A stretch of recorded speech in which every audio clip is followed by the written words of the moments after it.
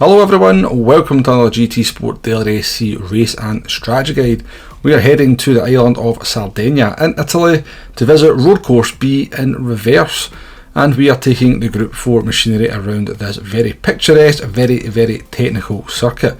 So as we do the flyover of this circuit, you can get a look at all the corners. We'll take a look at the detailed race settings, and they're not very good, I think it would be fair to say. It's a nice combo. Group 4 at this track could be a very nice race, but with these settings we are very much shoehorned into a very short, almost under 12 minutes sprint race, because it's only 8 laps to get round. Now this may well be an error on Kudos Prime's part, but at the time of recording it's still saying 8 laps, so we've made the video regardless.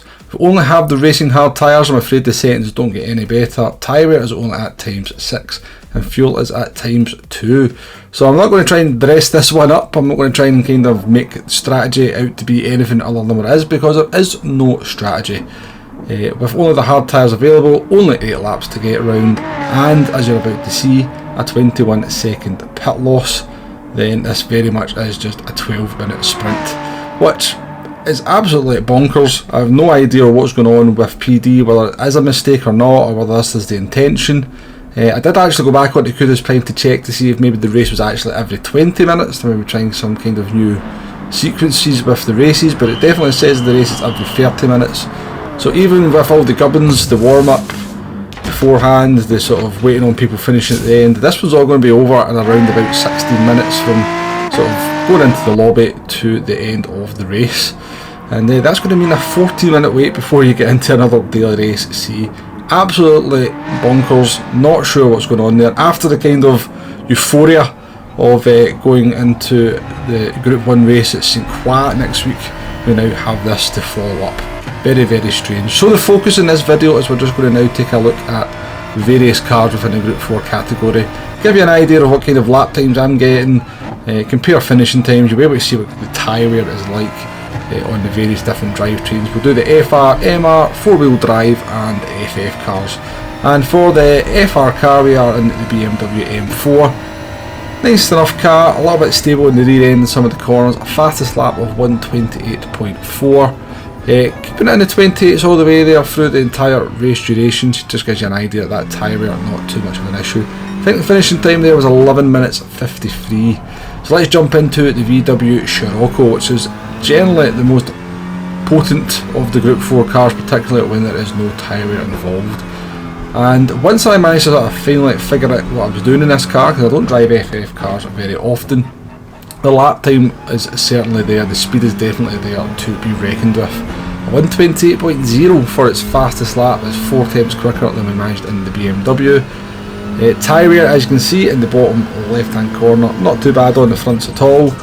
And as you cross the finish line, we actually go 1.5 seconds faster than the BMW, which, considering it took me about 4 laps to figure out what I was doing in the car, is pretty quick indeed. Next up we have the Mazda Atenza, another car that's been strong in the Group 4 category very recently at the race in Fuji, and I think it was pretty strong at Interlagos as well. Well, maybe I'm doing something wrong in this car, but it was absolutely hopeless around here in my hands. Fastest lap of a 1:28.7, optimal, not much better, and it comes in 5 seconds slower than the VW Scirocco. Over a 12-minute race, that is actually quite a lot.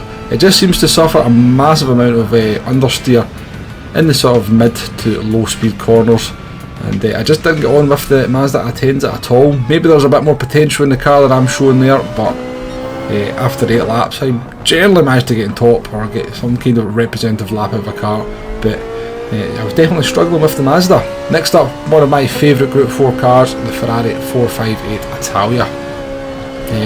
Car I've got a lot of laps in, and it proved to be pretty strong round here. Nothing spectacular, sort of very steady. Fastest lap of 1:28.3, so around about 3 times slower than the Scirocco, but consistent, keeping it in that kind of bracket all the way through the race duration. Last lap was actually ruined there by a back marker, and I think we were actually on for a personal best, so maybe 1:28.2 was on the cards there for that last lap. 11 minutes 53.1 certainly puts it in the ballpark with the BMW and the VW Scirocco. The last car we jumped in to do some testing was the Renault Megane Trophy.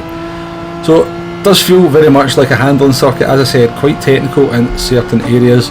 Mary McGann Trophy, probably the best handling car in Group 4, but obviously not very quick down that long straight. It is a pretty long straight, but there's definitely speed to be had out the McGann Trophy. 128.2, reasonably quick lap. Optimal 128.0 puts it second in the list, but I did feel I had to rag the neck of the car to get the lap time out of it. Didn't match my driving style, if you like. Again, I had to force the car too much, but I think in certain people's hands it will be a very nice car indeed.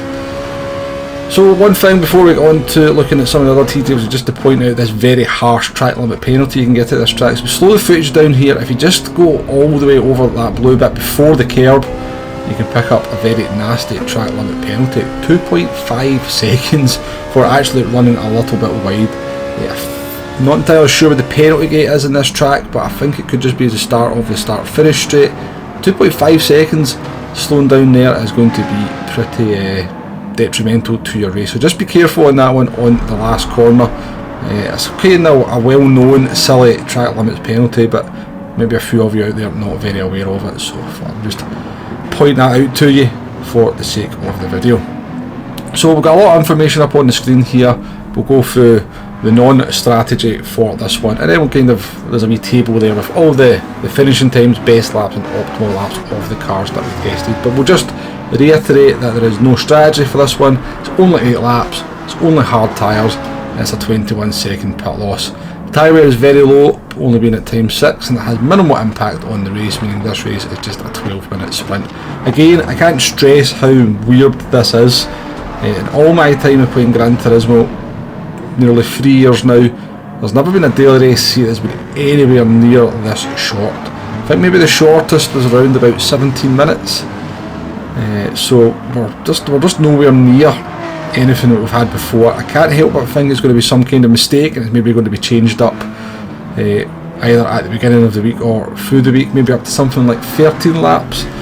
Hopefully maybe throw the medium tyres in there as well. It's going to be in a little bit of work for me. I'll probably have to make another strategy guide for that, but I think for the sake of the week's racing I'd be quite happy to do that. But in the meantime though, this is what we appear to be getting, and it is very much just all about seeing what car is going to be best come the start of the week. It looks to me it's going to be very much the VW Scirocco, going from the information I've managed to garner there. It had the quickest finishing time, the best lap and the quickest optimal. So let's jump on to this VW Scirocco and do a little bit of a lap guide. Very, very tricky turn 1, braking before the start of the curb on the left hand side. Be very more concentrate on your exit out of that tricky turn 1. This corner here is just a little lift off the throttle, and then we come into a kind of weird double apex. You actually miss the first apex, go a little bit wide, get the car slowed down to get a nice wide entry, and then get a very tricky corner as we come down the hill. So at the start of the kind of light grey barrier as your reference, you do want to be braking before that. That is very much a dangerous punt corner. You're going to see a lot of people on the sand over the exit in that one, either through braking too late or being punted into the sand. Full throttle up through the quick right hander here, and then the start of the red and white barriers as your braking reference. Now make sure you're pulling the car to the left hand side as you brake into that corner to try and catch the camber. And then the kind of end of the yellow and blue barriers on the left hand side is your reference for this corner. This is a very dangerous corner, very easy to run wide and hit that barrier. You shall see a lot of people do that this week as well. And then you're just feathering the throttle, get the car to get the line of least resistance through this corner here. End of the curb on the left hand side is your braking reference. Trail braking into the last corner, don't run wide and pick up that 2-second penalty. And that is kind of a look at a lap of Sardegna Road Track B in reverse in the VW Scirocco. We had the brake balance at +5, of course, to look after those front tyres as best we can.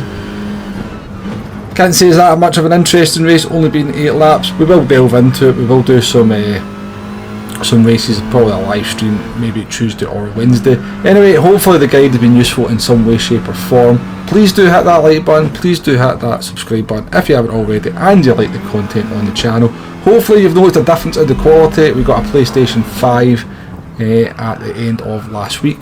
That allows us to record in 4K 60 if we want to. That'll probably take a long time to render, so at the moment we're just doing 1080p 60, but it should be a big increase in quality on the previous strategy guides. So let me know what you think of that in the comments, please. And let's just finish it off with a thank you very much for watching, and I shall see you on the next one. Goodbye now.